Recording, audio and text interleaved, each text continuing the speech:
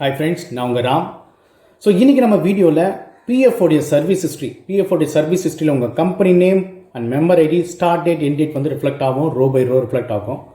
அதே போல் உங்களுடைய offer letter, relieve letter, அதில் இருக்கிற start date and end date இது ரெண்டும் வந்து சிங்கப் ஆகணும். உங்களுடைய சர்டிஃபிகேட் நீங்கள் ப்ரொவைட் பண்ணுற ரிலீவ் லெட்டர் அண்ட் தென் பிஎஃப்ஓடைய சர்வீஸ் ஹிஸ்ட்ரி ரெண்டும் சிங்கப் ஆனால் தான் இன்கேஸ் உங்கள் ஆர்கனைசேஷனே வந்து ப்ராப்பராக ரெஸ்பாண்ட் பண்ணலை, இல்லை ஒரு சில சுச்சுவேஷன் வந்து நான் நிறைய முறை சொல்லியிருக்கேன். கம்பெனி க்ளோஸ் ஆகிடுச்சுன்னா எப்படி வந்து ப்ரொஜெக்ட் பண்ணுறது ஏற்கனவே வீடியோ போட்டிருக்கேன், அதை வேணால் டிஸ்கிரிப்ஷனில் கொடுக்குறேன். உங்கள் கம்பெனியில் சின்ன கம்பெனியில் ஒர்க் பண்ணியிருக்கீங்க, அவங்கள ரிலீவ் பண்ண மாட்டேன்றாங்க அப்படின்னு நிறைய பேர் இஷ்யூஸை கொண்டு வரீங்க. சின்ன கம்பெனி அவங்க ப்ராப்பராக ரிலீவ் பண்ண மாட்டேன்றாங்க, ப்ராப்பரான ரிலீவ் லெட்டர் கொடுத்து அவங்க ஒழுங்காக அவங்க பேக்ரவுண்ட் வெரிஃபிகேஷனுக்கு அவங்க சப்போர்ட் பண்ணலைன்னா இந்த மெத்தடை கண்டிப்பாக யூஸ் பண்ணுங்கள். டெஃபினெட்லாக this will work 100%. Okay, so starting பாயிண்ட்டே வந்து பார்த்தீங்கன்னா பிஎஃப்ஓட சர்வீஸ் ஹிஸ்ட்ரியில் நீங்கள் ஒர்க் பண்ண கம்பெனி நேம் அண்ட் தென் கம்பெனியோடைய passbook number, start date and end date, date of joining and date of exit வந்து கண்டிப்பாக கேப்சர் ஆகிருக்கும்.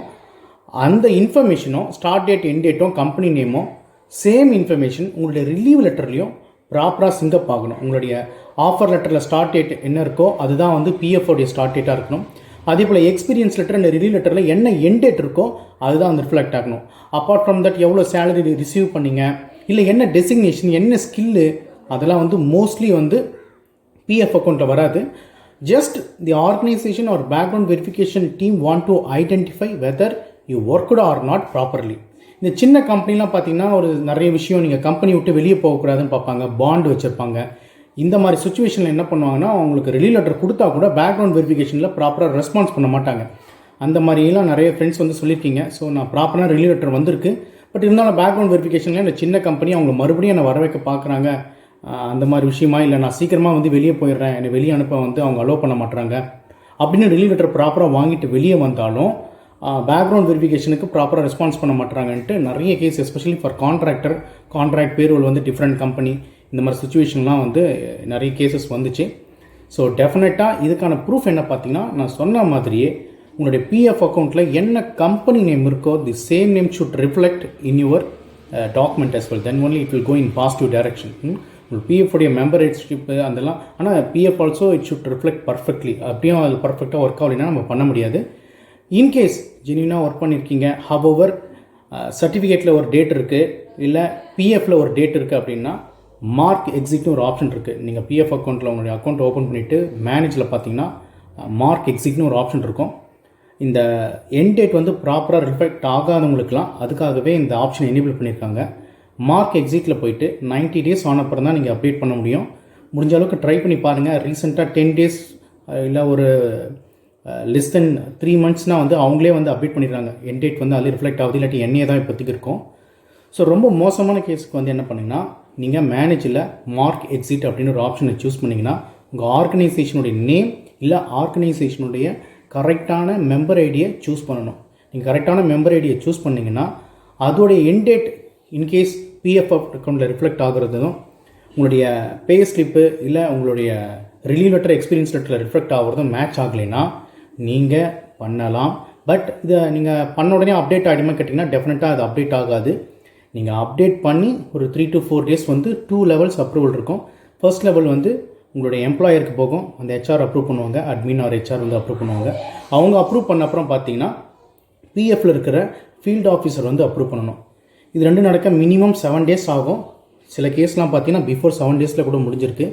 அவங்க அப்டேட் பண்ணிட்டாங்கன்னா உங்களுடைய relieve letter, offer letter start date, relieve letter end date or experience letter end date அதுவும் உங்கள் பிஎஃப்பில் இருக்கிற end டேட்டாக reflect ஆகுதான்னு பார்த்துக்குங்க. ஃப்யூச்சரில் நான் வந்து நிறைய உங்களை புஷ் பண்ண விரும்பலை. ஃப்யூச்சர் எப்படி இருக்கும் அப்படின்றத நான் இப்போவே அலாட் பண்ணுறேன். ஏன்னா பிஎஃப் அக்கௌண்ட் ரெக்கார்ட் ஆகிடுச்சுன்னா உங்களுக்கே தெரியும், we cannot delete it, there is no possible way right now. இப்போ நான் வீடியோ அப்லோட் பண்ணுற இந்த சமயத்தில் நீங்கள் டேட் வேணால் டிஸ்கிரிப்ஷனில் நீங்கள் போய் பார்க்கலாம். இப்போ அப்லோட் பண்ணுற சமயத்தில் டெஃபினட்டாக பிஎஃப் அக்கௌண்ட்டை வந்து டெலிட் பண்ண முடியாது. இருக்கிற எல்லா வீடியோவும் நான் சொல்லிட்டு நினைக்கிறேன். லாஸ்ட்டாக ஒரு லைவ் ஒன்று போச்சு. Thank you so much for supporting live. நிறைய பேர் வந்து லைவை சப்போர்ட் பண்ணிங்க. ஸோ அந்த லைவில் பார்த்தீங்கன்னா மோர் தென் 20 people இந்த முறை வந்துருந்தீங்க. இதான் ஃபர்ஸ்ட் டைம் நிறைய பேர் சப்போர்ட் பண்ணுற சொல்லியிருந்தீங்க.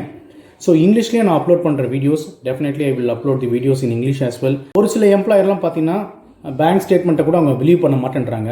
ஒரு சில எம்ப்ளாயர் வந்து நீங்கள் என்ன ஃபார்ம் 16 கொடுத்தா கூட இப்போ பிலீவ் பண்ண மாட்டாங்க. அந்த மாதிரி சுச்சுவேஷன் இருக்கிற சமயத்தில் பிஎஃப் அக்கௌண்ட்டில் லைவாக உங்களை வீடியோ ஓப்பன் பண்ணி இல்லை வீடியோ காலில் உங்களை ஓப்பன் பண்ணி காமிக்க சொல்லுவாங்க. ஸோ அதனால் உங்கள் பிஎஃப் அக்கௌண்ட்டை மோஸ்ட்லி கிளியராக வச்சுக்கோங்க. அதில் ஏதாவது இஷ்யூஸ் வந்துச்சுன்னா ஃப்யூச்சரில் நிறைய ப்ராப்ளம் வரும். ஏற்கனவே என்எஸ்ஆர் ஒன்று சொல்லியிருக்கேன், நேஷனல் ஸ்கில் ரெஜிஸ்ட்ரி. எல்லா ஆர்கனைசேஷனும் நேஷனல் ஸ்கில் ரெஜிஸ்ட்ரியும் அப்டேட் பண்ண சொல்லியிருக்காங்க.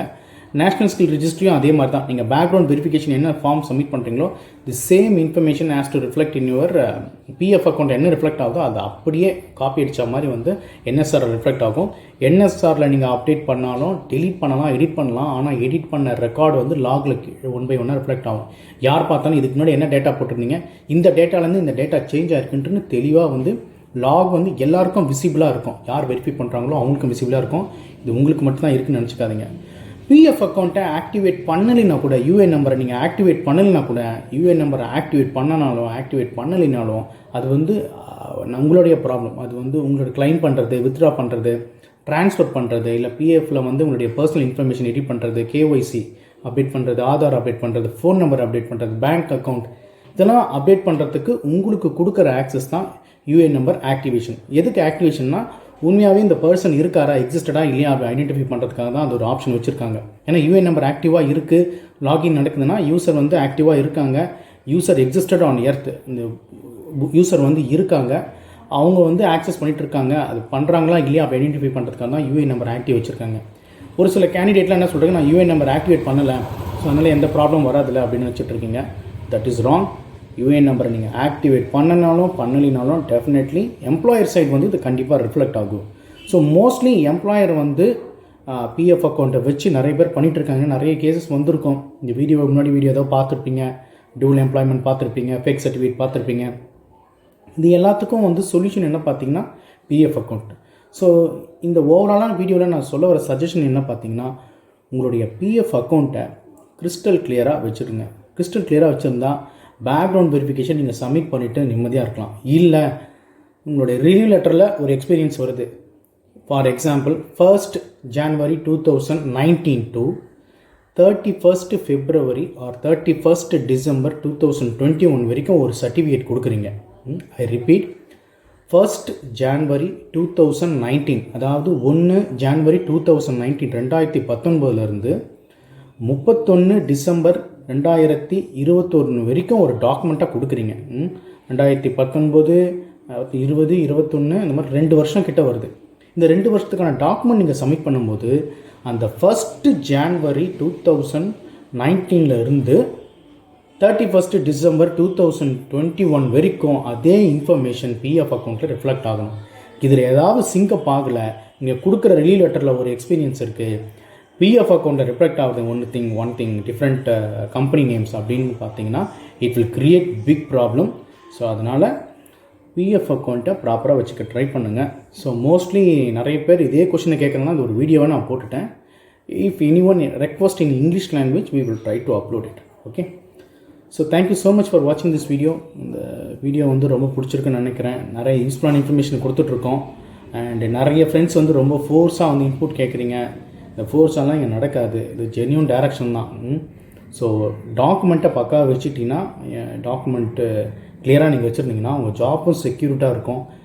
யார்கிட்டையும் போய் நீங்கள் அனாலிசிஸ் பண்ண தேவையில்லை, யார்கிட்டையும் போய் கெஞ்சா பண்ண தேவையில்லை.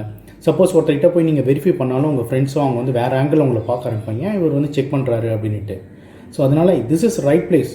என்கிட்ட வந்து நீங்கள் இன்ட்ராக்ட் பண்ணிங்கன்னா டெஃபினட்டாக பேக்ரவுண்ட் வெரிஃபிகேஷன் ஏதாவது இஷ்யூஸ் இருந்தால் கிளியர் பண்ணி கொடுக்க ட்ரை பண்ணுவேன். ஒஸ்ட்டு கேஸுக்கெலாம் ஒன்றும் பண்ண முடியாது, சொல்யூஷனே கிடையாதுன்னா கூட ஏதாவது சொல்யூஷன் இருக்கா, ஏதாவது சொல்யூஷன் இருக்குன்னா நோ சொல்யூஷன், அதான் அதுக்கான சொல்யூஷன் ஆன்சர்.